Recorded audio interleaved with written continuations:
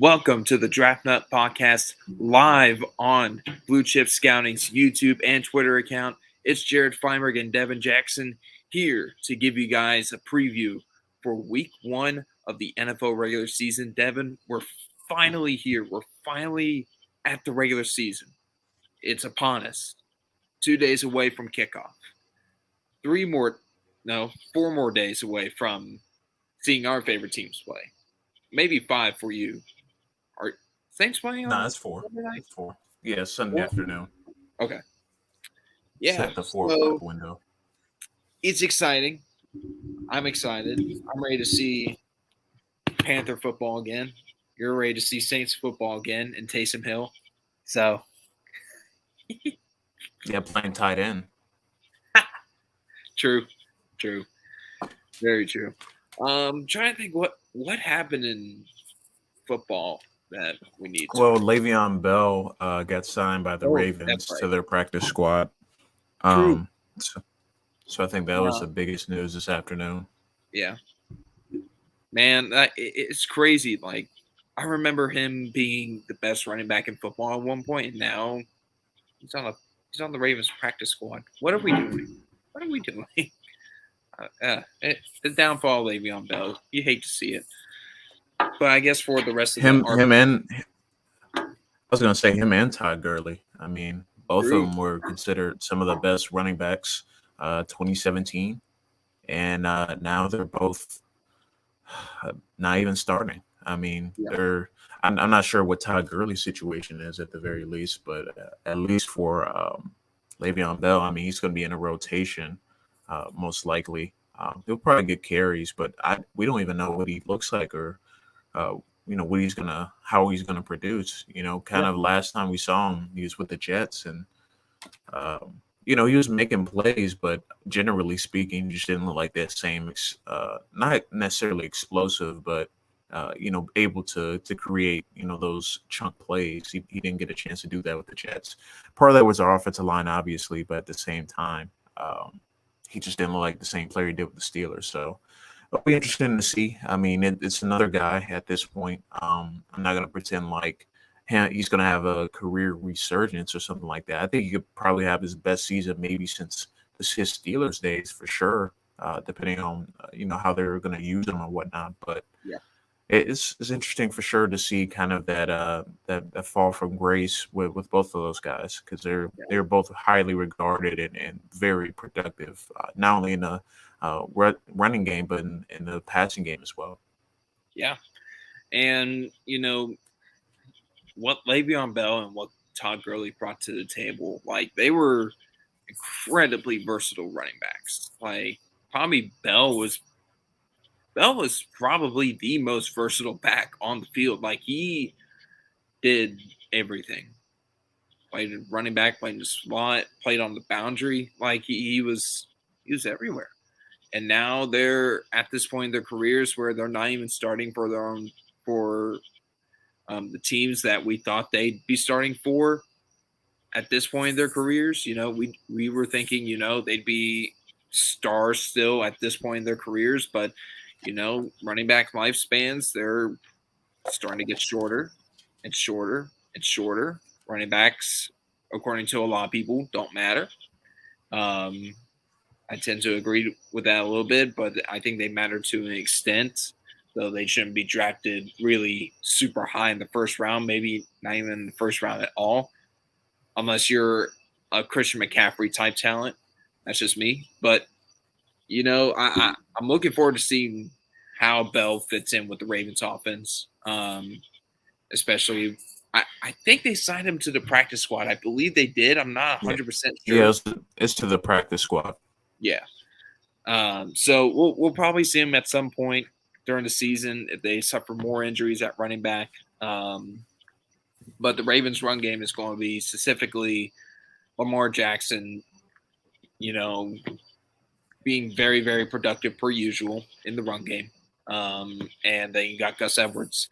They lost Justice Hill and J.K. Dobbins this offseason, which is just tough for a team that just loves to run the football and has quite a bit of talent at that position.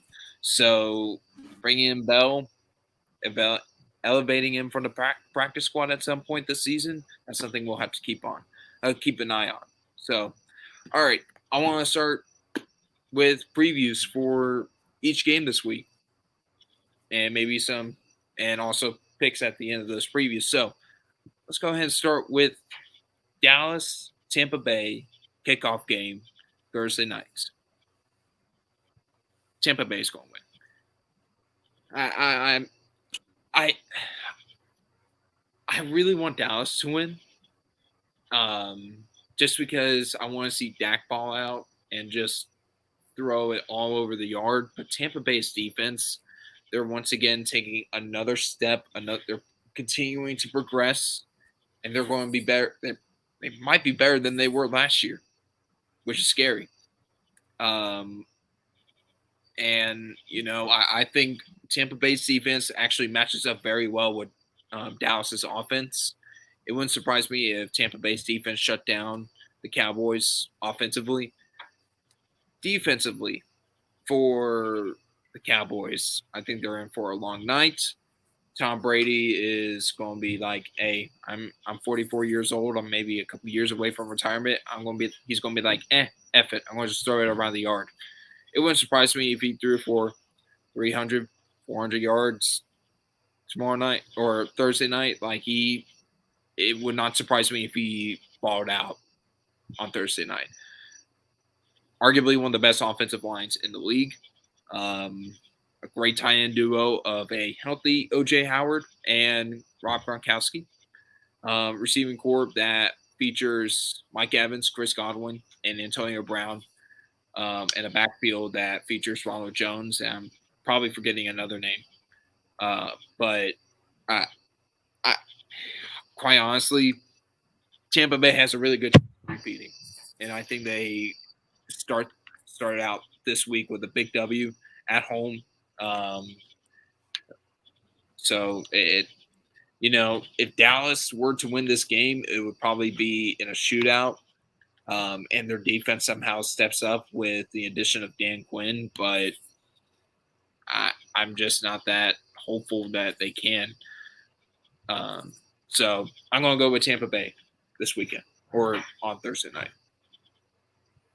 Yeah, I think I'm going to go Tampa Bay as well, but I'm more intrigued to see kind of how Dallas's defense, kind of fares. Obviously – they picked up Micah Parsons. I'm very excited for his debut and see how he, operates against a high-powered offense because he's going to be I feel like he's going to be put in a lot of situations and binds just based on, them trying to neutralize his talent and ability. But it's really going to come down to the front seven of Dallas because they're going to have to get pressure on Tom Brady to really have a chance defensively. Because if you leave those corners on the island, against Mike Evans, Chris Godwin, Antonio Brown, who I don't even think we're talking about enough in terms of his career resurgence. I mean, should be considered as one of the better receivers in the NFL. Despite all his off-field issues, when he's healthy, he's good. And you saw towards the end of the season him start to click with Tom Brady, and that adds another dimension to their offense. But I think it's going to be important for Tampa Bay to get balance offensively. They got to be able to run the football because Brady can go out and win you games. That's not a problem. Yeah. But if you want to really become a more dominant offense and really open up kind of that middle of the field, that play action game as well, something he thrived on once they start getting the running game going later in the season, that will help as well instead of having him drop back 30, 40 times a game. So that's what I'm going to be most interested to see in the game because it's going to be important for Dallas to get pressure on Tom Brady early and often because in the games that they lost last year, they had a lot of pressure on him. And as good as he is, no quarterback can operate under the type of pressure he was under in some of those games. So I think that's going to be the key. I think Dallas is going to score. I just don't know if they're going to be able to keep up with Tampa's offense and ability to, keep pace with them. Plus, they're not going to have Zach Martin for the game, which is a big blow for them. I think due to COVID protocols. So I'm picking Tampa to win. I think they'll end up winning the game. But I think it'll be an entertaining Thursday night opener with a few storylines going. But like I said, I'm most excited to see Micah Parsons and see how he fares. Next game I want to go to, and I'm looking here on how ESPN has their NFL scoreboard kind of listed out. First, the next game that pops up Sunday, 1 p.m. Eastern, the New York Jets on the road against the Carolina Panthers. And Carolina's current line is they are 5.5-point favorites. That's kind of been going up over probably the last week. I think they were like 4-point favorites at one point, and that's gone up about 1.5 points. So that's something to keep an eye on going forward. But this is going to be a very interesting game. I don't think there are a lot of Panther fans that think this is going to be a breeze of a game, but it would not surprise me if this is a close game. And look, the Jets, they still don't have that great of a football team, even though they've made plenty of improvements, but they're also young. They're going to have some struggles. I think Zach Wilson will have some struggles, especially against that Panthers front seven, which is going to be showing so many different looks, so many different blitz packages. It could be a long day for Zach Wilson. I'm really looking forward to seeing how Sam Darnold meshes with this new offense in Carolina, with DJ Moore, Robbie Anderson, Dan Arnold in like a live, true game. Like this game actually matters now. Like these games are going to matter moving forward. So I'm looking forward to seeing what Darnold can do Sunday. I'm going to pick Carolina, and this is not me being biased, because I think Carolina should obviously be the favorite in this one. I think they are the better team. But at the same time, the thing that worries me the most is the youth on the team and the offensive line. I feel like if the Panthers can create enough pressure up front with their front seven on Zach Wilson, they get home a few times, maybe create a few get a few takeaways. Sam Darnold is consistent. McCaffrey ends up having a good day. The offensive line stays somewhat mediocre. I think the Panthers can win, but I'm going to say Carolina wins close. I think I definitely think they will cover, and I think they probably will win by 5. And it absolutely Carolina could probably just blow the brakes off the Jets, but I think both teams were bad last year, but Carolina was a better team. They got better this season. And if a few players and a few pieces end up living up to their potential, I think Carolina could maybe make a push for a wild card spot. But the Jets are still rebuilding, and they're still a young team with so many holes, especially in the secondary. I think Sam Darnold will have probably an easy first game in his first start with the Panthers. So that's what I'm expecting. So, yeah, I got Carolina in this one. Yeah, I think Carolina's going to win the game as well. I just look at the Jets roster, especially at that CB2 spot, and it's not great. They don't really have a ton of experienced guys in that secondary.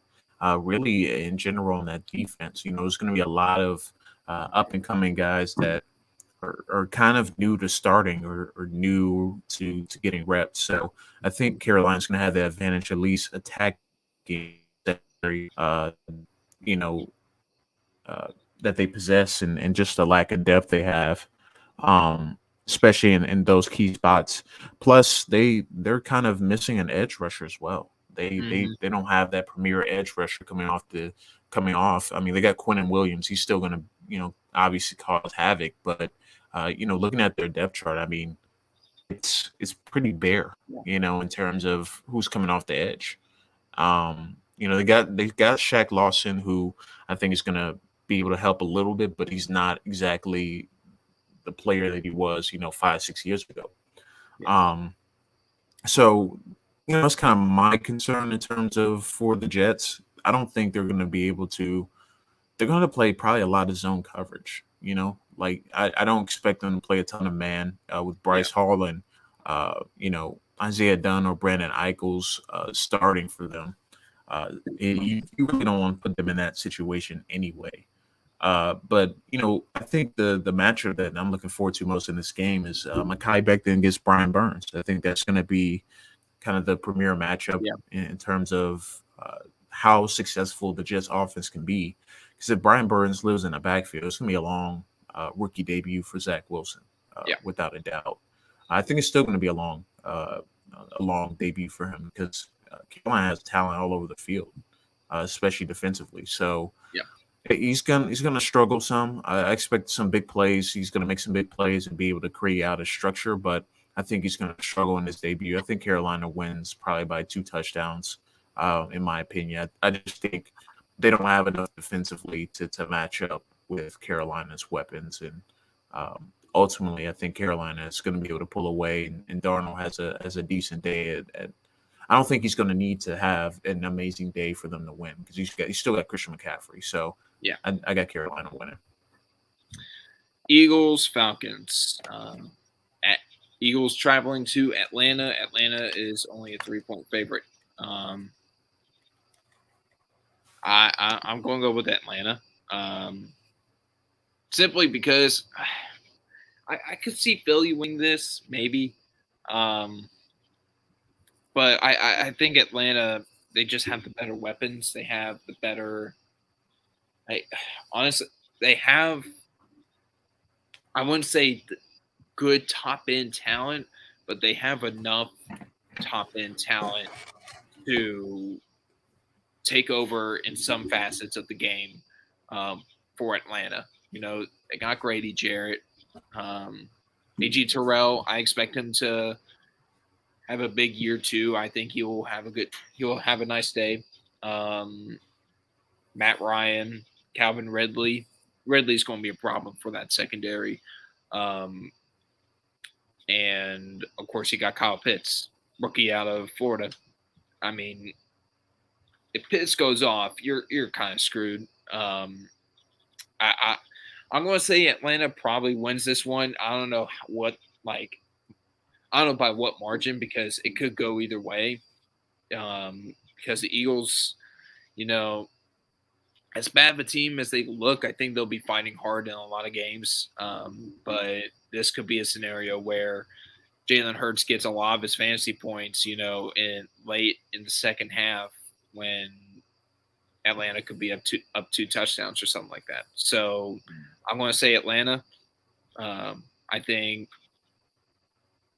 Falcons offense does enough or produces enough or has enough production in the air and on the ground, especially with Mike Davis. I think Davis will finally kind of take over that feature role, will kind of embrace it and really take over for Atlanta and be a really good versatile piece for Atlanta.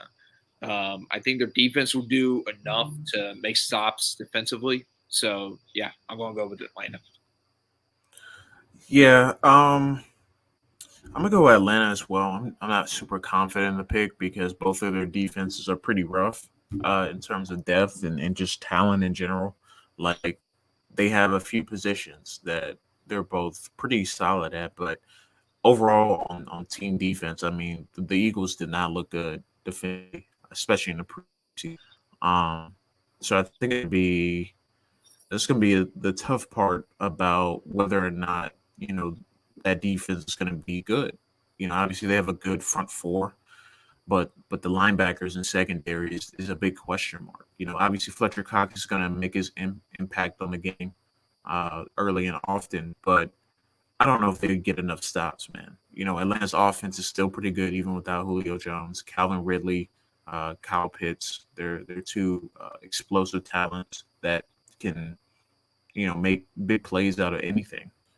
And I worry about the Eagles' ability to tackle an open field, ability to uh, play consistent on a down and down basis. I mean, Atlanta isn't much better in terms of defensively, especially depth wise. They have a few good guys, like you said, AJ Terrell. should have a good season for them. But other than that, I mean, there is really not a whole lot in terms of depth, key positions. The secondary outside of Terrell is kind of a question mark too. So I'm gonna pick the Falcons to win the game. Like I said, I'm not super confident in the pick because I think it could go either way. Yeah. In the Eagles' offense, I think it's going to be better than people expect it to be. I think Jalen Hurts is going to perform moderately. I don't expect him to be like a 400-yard passer or something like that, where Yeah. he kind of comes out of nowhere and makes a huge jump from year one to year two, especially with limited reps in preseason. But I think the Falcons win. Next game we got is Pittsburgh at Buffalo. Buffalo is the 6.5-point favorite. Over under is 48.5. Buffalo is a better team, easily. Well, not easily. I think Pittsburgh may have the better defense, but I think Buffalo is just so well rounded, so well balanced as a football team that I think they'll end up pulling away with the win. It would not surprise me if Pittsburgh won if their defense just absolutely came to work and dominated the day. Like they looked like Georgia's defense against Clemson the other night, and we're not going to talk about that game because I'm still dealing with some pain from that game, bro. I ain't going to talk about it. No, you're smiling. You got your wheels turning in there. I see you, bro. You want to say something. You ain't going to say it.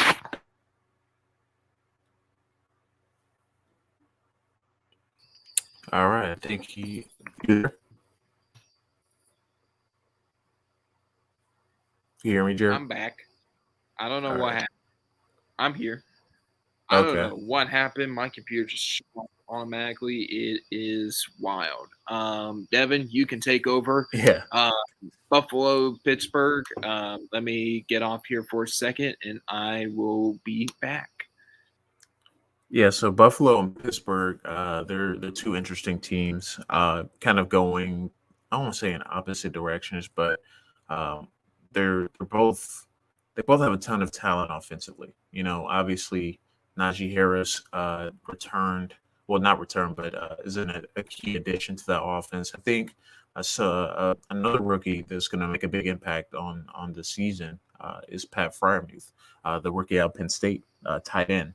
I think Eric Ebron kind of held down the role in terms of, kind of making the tight end position or upgrade the tight end position, make it a little bit more prevalent in their offense. But Fryermuth coming in had a really good preseason. I think he's going to have a really good regular season, especially down the red zone. I think he's going to kind of help their offense. I think I'm going to pick the Bills winning the close game. I think it's a field goal type of game where it goes down to the wire, but Buffalo ends up winning at the end. I think you got incredible talent on both teams, but I think Buffalo's defense made the key upgrades that they needed to. They needed more juice coming off the edge and creating pressure. They have a really solid secondary already. Linebacking crew is pretty solid, but they add Greg Russo, second year of AJ Epinesa. And the Steelers have some question marks on their offensive line. They got a couple new starters. I think Dan Moore Jr. is supposed to start at left tackle, and then Kendrick Green from Illinois is starting at center. So I think they're going to try to match some of that by getting some quick passes out and trying to establish the running game with Najee Harris. And I think they'll make big plays offensively, but I think the Bills pull it out in the end. I'm back. I don't know what happened. It just shut up on me. As soon as I started saying, don't you dare say anything about Clemson, it just shut off. I'm like, what spell have you put on my computer, bro? You are okay. Never mind. We're past that. All right. Minnesota at Cincinnati. Minnesota is a 3-point favorite over under 47.5. Minnesota, we're moving on. Unvaccinated it's Minnesota, man. Gets the W for Minnesota. We're all good there. Maybe he gets COVID on the other end. I don't know. We'll see. Kirk Cousins, come on, be smart. Be smart, bro. Come on, get the vaccine. But anyways, It's Minnesota. Can we agree on that? Yeah, Minnesota's gonna win, man. uh, I have no question about it. I want Joe to be good. I wish Joe the best, but pray for Joe Burrow this year again, and let's hope he doesn't. His career isn't ruined by an incompetent coach.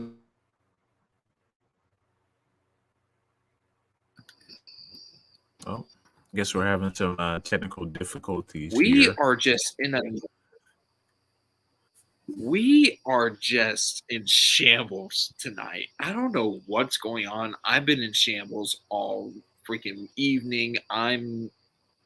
We're going to get through this. We're going to be fine. We're going to get through this. Everything's okay. Everything's okay. Yeah, we can just make quick points Yeah. because obviously the live stream is not cooperating tonight. Yeah.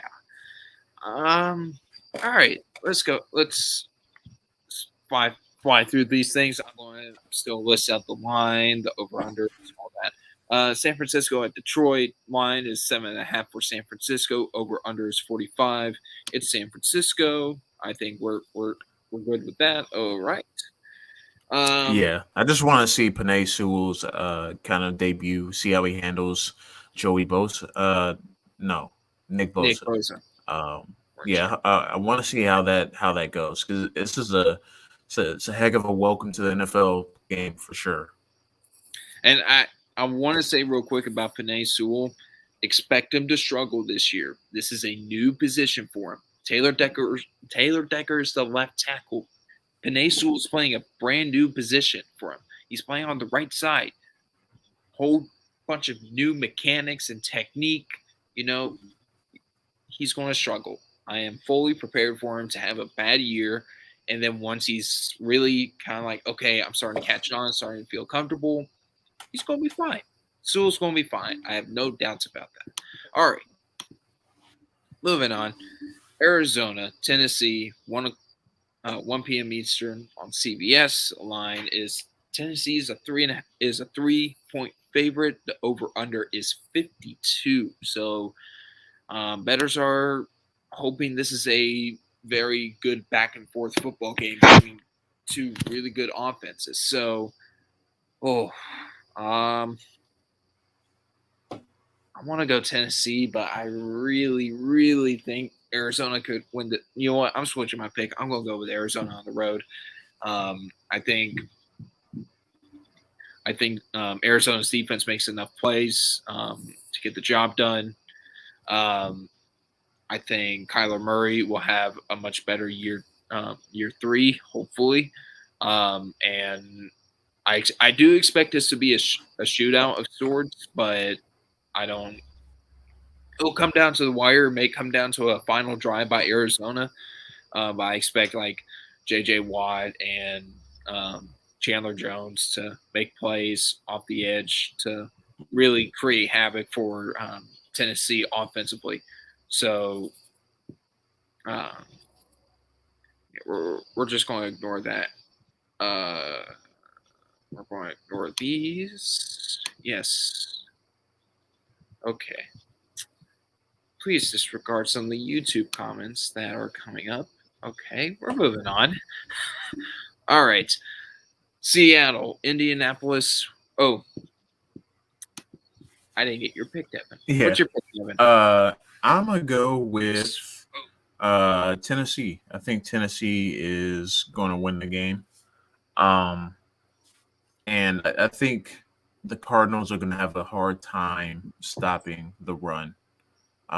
Like I know their linebacking core is very talented with Isaiah Simmons and Zaven Collins, but I think they're going to struggle, kind of stopping Derrick Henry. He's kind of the biggest X factor in this game. I know how talented Tennessee is at the receiver position. Obviously, got Julio Jones, A.J. Brown. I'm also worried about Arizona's secondary at corner specifically. They have Byron Murphy out there, and I think Robert Alford are the two starters. And, on paper that looks good, but when you're going against two, top guys at receiver, pretty tough to slow that down. And I think if they get a run game going, that play action is going to really be deadly. The play action bootleg, especially. But I pick Tennessee to win. I think it's going to be a relatively close game. I think Arizona is going to look much better than they did in the preseason. But I'm going to pick Tennessee to win. All right. Seattle, Indianapolis. Seattle is a 2.5-point favorite. 49.5 is the over/under. I'm going to go with Seattle. I'm starting to have some concerns with Indianapolis, especially on on offense. I really hope Carson Wentz has a resurgence in Indy, but I'm not hopeful. Or not. I did say I hope Carson Wentz has a resurgence, but I'm not as optimistic. That's a better wording for it. Not as optimistic about it as others as we get closer to the season. So I'm going to go with Seattle. I think Wilson, Metcalf, Lockett, all the other dudes up front at defense. Even though there's some concerns on defensively, I think as long as Russell Wilson's the quarterback for the Seattle Seahawks, they're going to be fine. They'll be fine. I'm going to go with Seattle on the road. Yeah, Seattle should win this game. I think that they're just going to be the better cohesive team. I mean, we've seen 0 snaps with Carson Wentz, playing any time with his receivers. So the timing is probably going to be off. They got some injuries on that offensive line, and they're not necessarily at full strength. I do like the receiving core and running back room. I think it's really solid, and I think that's going to kind of keep them in the game. In terms of keeping pace offensively, their defense has improved. Got Kwity Paye. I'm excited to see his kind of debut, but I think Seattle is just going to be too much in terms of what they bring offensively, and then I think they're going to be improved defensively too. So I'm excited to see kind of the new era under Russell Wilson. His new offensive coordinator. I think that can do some really good things for him in terms of really opening up the passing game, and I think we're really going to see him on full display. Chargers, Los Angeles Chargers, Washington football team, 1 p.m. Eastern.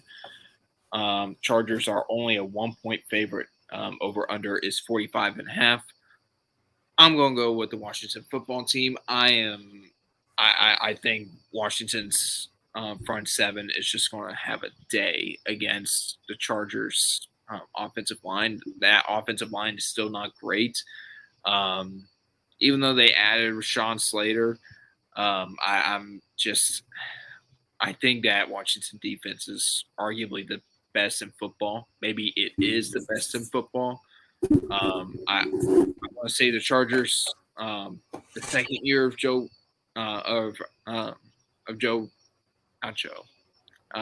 Justin Herbert's. Ron Rivera. Oh, my bad. Yeah, I think Justin Herbert's year 2. I think it will be better than some think. I think the Chargers could end up making a case to be a wild card team. I think they have the talent, but I think they're 1 year away from being a serious threat to Kansas City in the AFC West. So I'm going to go with Washington. I think they start the year off with a W.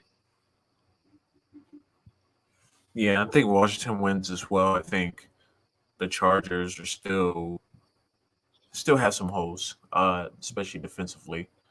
I think they're going to get a huge boost finally having Derwin James healthy. Very excited to watch him play football. It's been too long since he's played a regular season game. So I hope that he continues to stay healthy and we get to see a full season of him like we did his rookie season. And I expect him to make a play or two. It's really going to be a difference maker in the game. But I think Washington's defense is so stacked defensively, and we know how good, and this is part of the reason Rashawn Slater got selected in the first round. He did a really good job against Chase Young in college, but it's gonna be a whole different ball game now. Chase Young has now got a whole year under his belt, and he's gotten better. More tools in his toolbox. I think it's gonna be a rough day for Rashawn Slater, so I got to watch him win it. It's going to be scary to see Chase Young dominate this year. I pray for every single offensive line that faces Chase Young, any offensive tackle that faces Chase Young. All I can say is good luck and pray. Jacksonville, Houston. Jacksonville is a 2.5-point favorite. Over under is 44.5. I'm going to go with Jacksonville. Houston's the worst. Looks like they're going to be the worst team in football. Their roster is made up of basically like expansion player guys. Watson, of course, he's probably not even going to play at all this season. He's still dealing with the legal stuff off the field. And we may never know if he'll even play next season or ever again, depending on how the situation off the field looks like. But I think Trevor Lawrence starts his NFL career undefeated. Starts out 1-0, and then next week he'll probably come back crashing down to earth. But I'm going to go with Jacksonville. Trevor Lawrence gets the W on the road in Houston. Yeah, Jacksonville definitely should win this game. I think Houston just has nothing. Nothing really offensively. I mean, you got Nico Collins and Brandon Cooks, but I mean, other than that, it's very bare in terms of talent. Defensively, they got a bunch of guys. Basically, there's no really one person that stands out, particularly on that defense. I think Jacksonville just wins based on they have better talent. Yeah. Simply, I mean, it's just what it comes down to. You forgot Justin Reed defensively for Houston. My bad. Justin Reed, he needs to get out of there. Yeah. Get out of there. Yeah. Panthers should trade for Reed and Watson if Watson's legal stuff is situated. That'd be nice. Reed and Not gonna happen. Jeremy Jin. Sam Darnold is your quarterback for the future. Next game. Stop. Man. I want Darnold to be good. Everything's fine. Everything's fine. Cleveland, Kansas City. I think this is probably the best game on the schedule this week. Two teams very good last year. Cleveland's probably got one of the deeper rosters in football, which is crazy to say now. And even like 3 or 4 years ago, people would be like, "You've got to be shitting me," you know. And then, of course, Kansas City, they're good. Patrick Mahomes, all that, blah, blah, blah. Kansas City is a 6.5-point favorite, which I do not, or not a 6.5-point favorite. They're a 6-point favorite, which I don't understand. That line should be a lot closer, in my opinion. Over under is 54.5. Doesn't surprise me. This could end up being a shootout. I'm going to stick with the pick I've been feeling like ever since the schedule came out. Go Browns. I got the Browns winning. Yeah, baby. Where's this game at? Huh? Is this in Cleveland? It's in Cleveland or It's Arrowhead? in Kansas City. I'm sorry, man. I'm picking the Chiefs to win. You got burned on this last year too. You picked the Browns to win the Super Bowl, or make it to this, or beat the Kansas City Chiefs in the playoffs at the very least, which they were close to doing. I give you props for that. They were close, but listen, Patrick Mahomes is healthy. That offense is healthy. I don't think there's anyone in football that can block Chris Jones right now at all. Like, I understand the Browns' offensive line is very revamped and improved, but Chris Jones is he was on an absolute tear in the limited snaps he put in preseason. So he's going to be a big problem.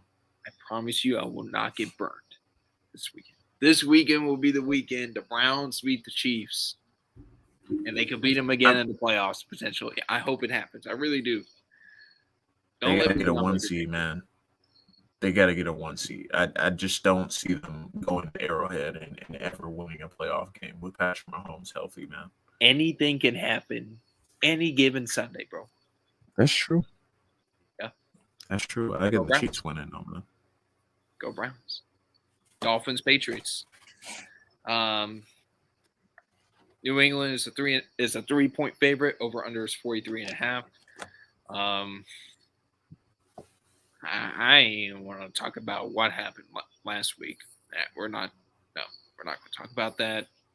My mental health is in shambles as it is, so we're not going to talk about that right now.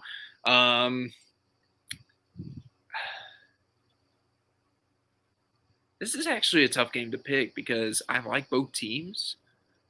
I think the Dolphins are probably I think the Dolphins they're probably more ready right now to make the playoffs than New England, in my opinion. I think Miami ends up starting the year out with the W on the road in Foxborough. Tom Brady ain't there anymore. Neither is Cam Newton. They gone. Dolphins start out the season with the dub. Tua shows out against that defense.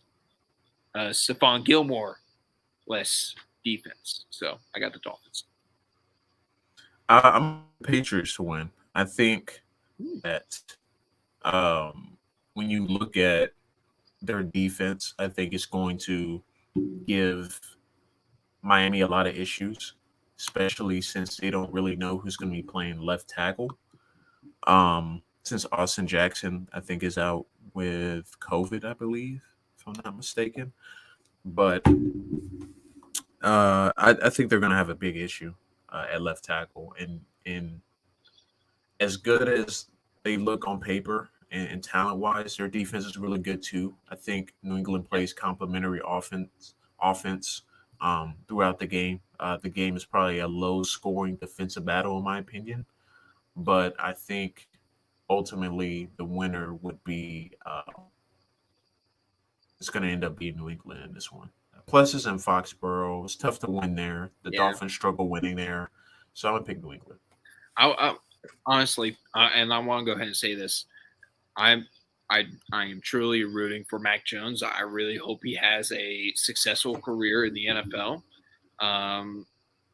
Sadly for our scouting director, Dante Colinelli, that's not good for him.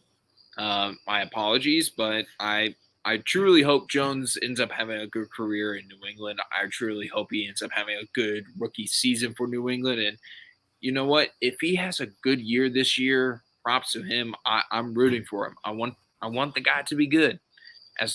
Despite how critical I've been of him in the past, I want the guy to be good. I want to see consistent improvement. So that's all I want to say on that. Green Bay, New Orleans, your team, Devin. I'm going to let you make the pick before I do. Green Bay is a 4-point favorite. Over under is 50. So, Devin, this is a tough one. It's going to be played in Jacksonville. With everything happening with Idaho, I'm going to, be, I think, the biggest storyline in terms of, obviously going into the game. I don't know, man. I'm kind of torn because I want to pick the Saints because it's my team, but also I just don't know how that offense is going to perform. They just released Latavius Murray earlier today after he didn't want to take a pay cut. So right now it's Alvin Kamara, and then the backup is Tony Jones Jr., who's a rookie. So there's a lot of question marks. Marquez Callaway looked really good in preseason. He looked that good against Jair Alexander in that secondary. I don't know. I'm gonna pick Green Bay to win. I think they just have a more cohesive team right now. It's going to be tough for our defense to stop Aaron Rodgers in that offense. I mean, they played last year and they couldn't do anything to stop them. So I'm pick Green Bay to win. I think they end up winning the game. Unfortunately, I usually don't pick against the Saints, but I think in this situation, I think it calls for it. Now, remember, Devin, you weren't supposed to refer to New Orleans as our or we. Come on, man. What are you doing? Our team.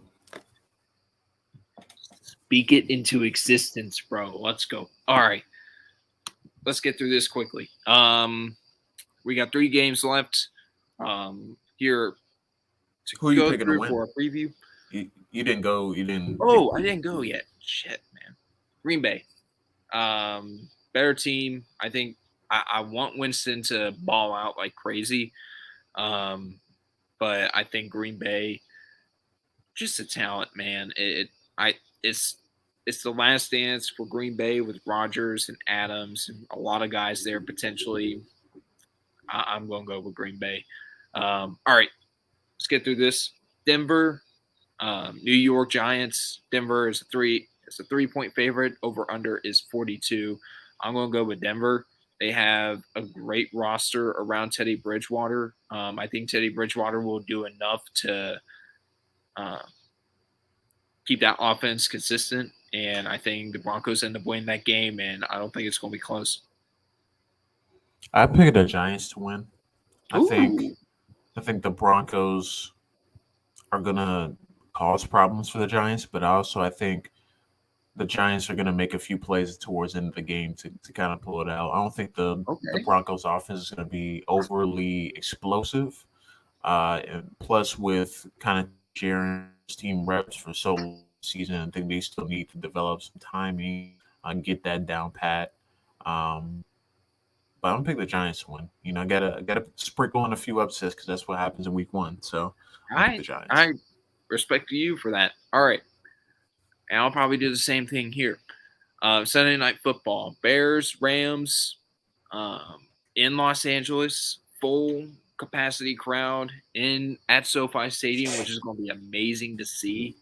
I'm excited to see that personally because SoFi Stadium with fans in it.